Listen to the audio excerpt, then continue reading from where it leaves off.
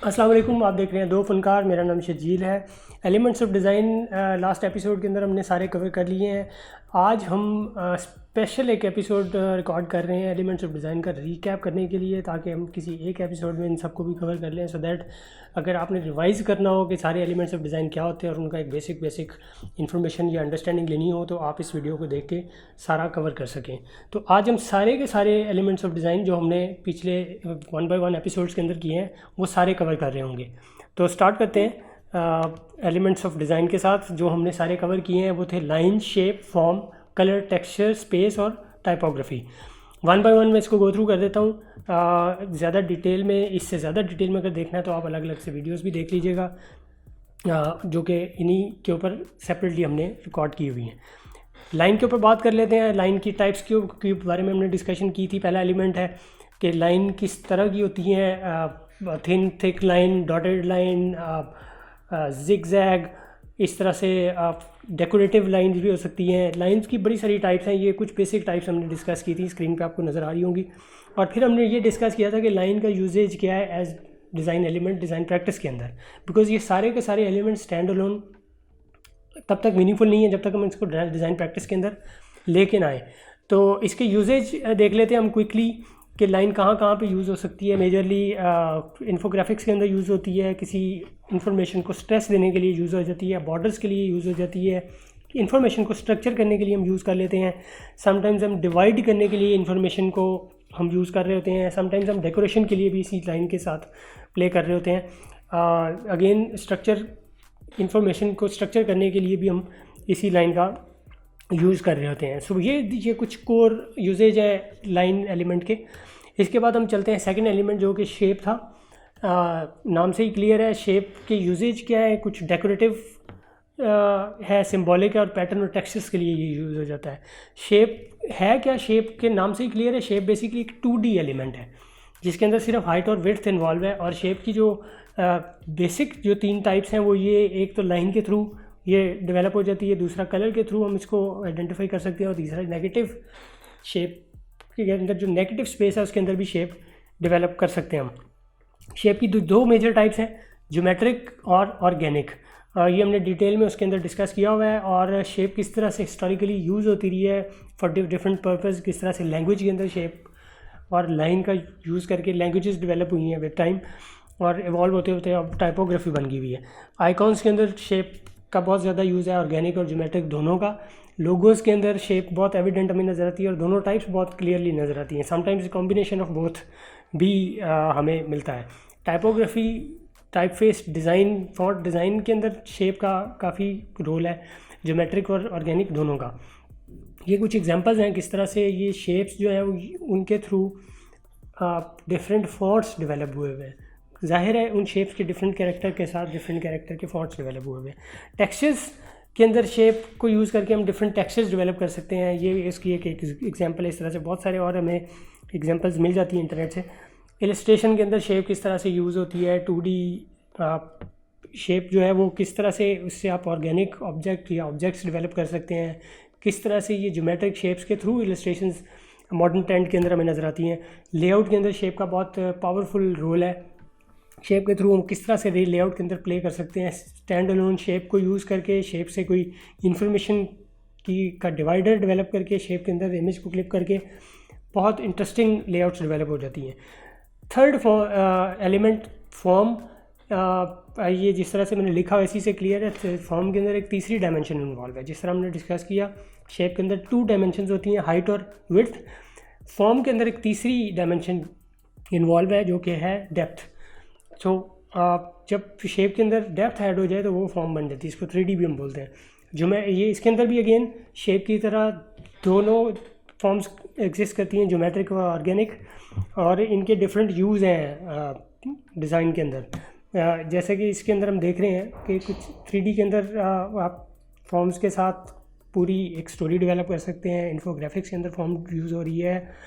Typography को form के साथ ब्लेंड करके अच्छा इफेक्ट क्रिएट हो रहा है। ऑर्गेनिक ऑब्जेक्ट्स के साथ भी शेप जो है वो इन्वॉल्व हो रही है डिज़ाइन के अंदर।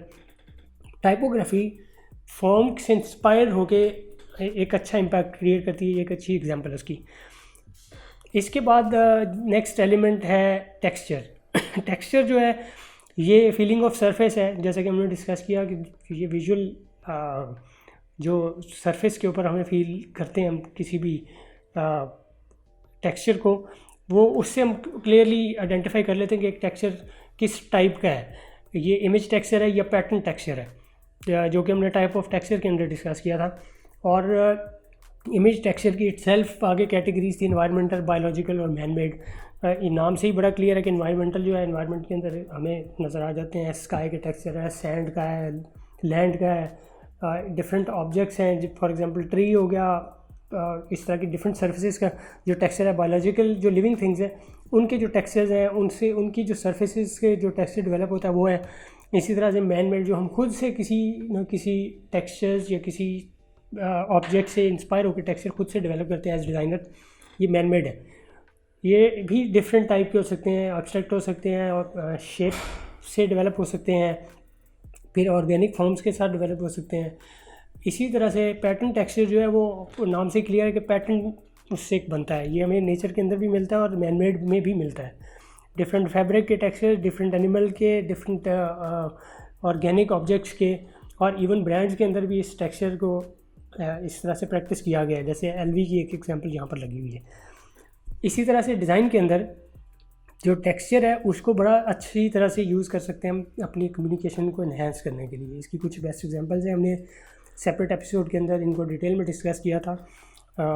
ये कुछ हमने यहाँ पर प्लेस की हुई हैं फॉर रेफरेंस कि किस तरह से आप एक टेक्सचर के थ्रू एक फीलिंग को जनरेट कर सकते हैं। बैकग्राउंड के अंदर टेक्सचर क्या प्ले कर सकता है एक रोल को, टेक्सचर को एक दूसरे ऑब्जेक्ट के साथ मिक्स करके एक और स्टोरी डेवलप करने में किस तरह से हम यूज़ कर सकते हैं।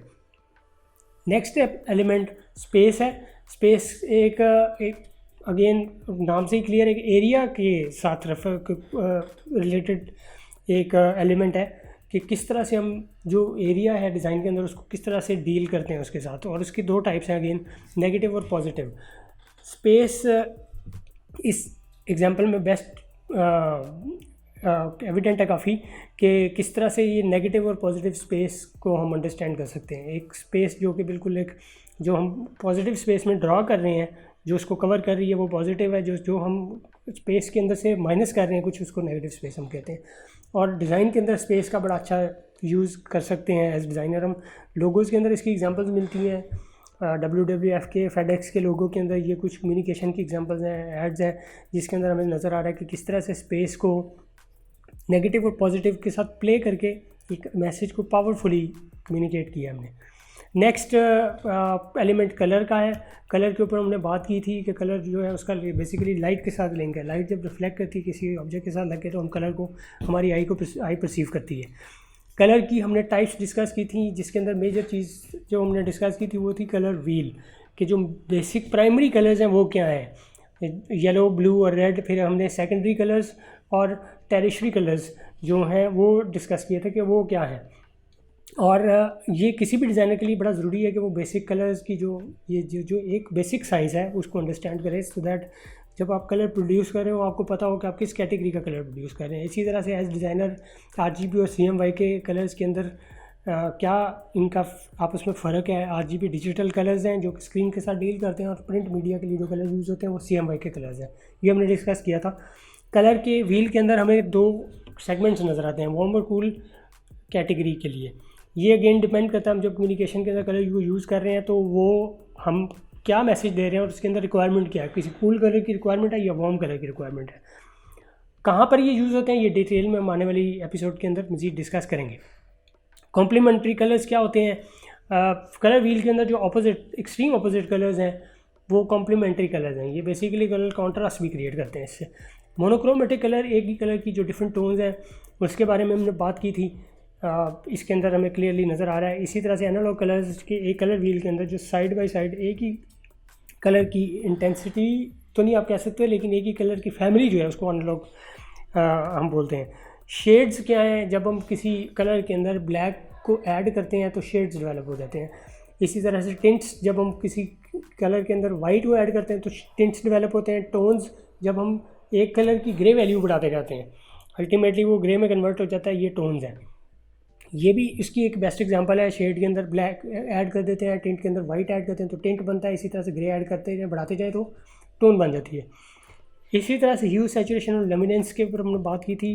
ह्यू जो बेसिक कलर्स है, कलर व्हील के अंदर कोई भी एक जो बेसिक कलर है या सॉलिड कलर है, वो जब हम सेलेक्ट करते हैं उसे हम ह्यू बोलते हैं। इसी तरह से सैचुरेशन एक कलर की इंटेंसिटी को जब हम प्योरिटी से चेंज करते हैं तो वो सैचुरेशन है। सैचुरेशन ज़्यादा करने से प्योरिटी बढ़ जाती है, कम करने से प्योरिटी कम होती जाती है। लुमिनेंस अगेन वही वाइट या ब्राइटनेस या लाइट का एडिशन जो है कलर के अंदर, उससे लुमिनेंस कलर के अंदर ऐड हो जाती है। लास्ट जो एपिसोड के अंदर हमने टाइपोग्राफी के ऊपर बात की थी कि टाइपोग्राफी एज एलिमेंट क्या है और इसकी क्या डिटेल है। एक बेसिक अंडरस्टैंडिंग हमने इसकी ली थी। बेसिकली अरेंजमेंट ऑफ टाइप के ऊपर बेसिकली हमने बात की थी कि टाइपोग्राफी एक अरेंजमेंट है टाइप की जो कि एक लैंग्वेज को लेजिबल बनाती है। इसकी भी अगेन ऑर्गेनिक और ज्योमेट्रिक फॉर्म्स हैं।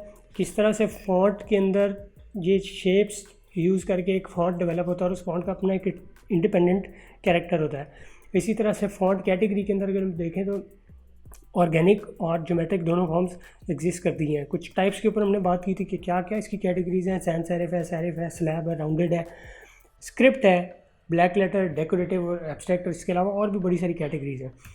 फिर हमने इसके यूजेज के ऊपर डिस्कशन की थी कि इसका फंक्शनल यूजेज है टाइपोग्राफी का और डेकोरेटिव यूज़ है। डेकोरेटिव यूज़ के अंदर हम टाइपोग्राफी को एज डिज़ाइन एलिमेंट यूज़ कर रहे होते हैं। समटाइम्स उसके थ्रू हम कुछ कम्युनिकेट नहीं कर रहे होते, लेकिन हम एक विजुअल डेवलप कर रहे होते हैं उसके थ्रू।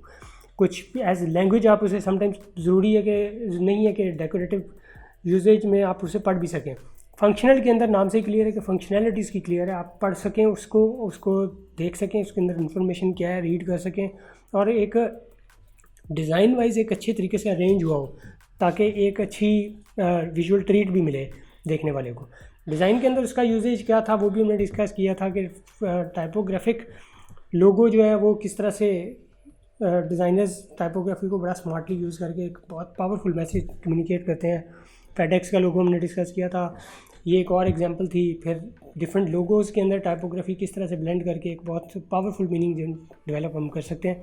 एडवर्टाइजिंग के अंदर टाइपोग्राफी का यूजेज हमने डिस्कस किया था कि किस तरह से एक ऑब्जेक्ट को ही टाइपोग्राफी के अंदर ब्लेंड करके हम एक मैसेज को और मिनिमल करके पावरफुली जो है वो कम्युनिकेट कर सकते हैं।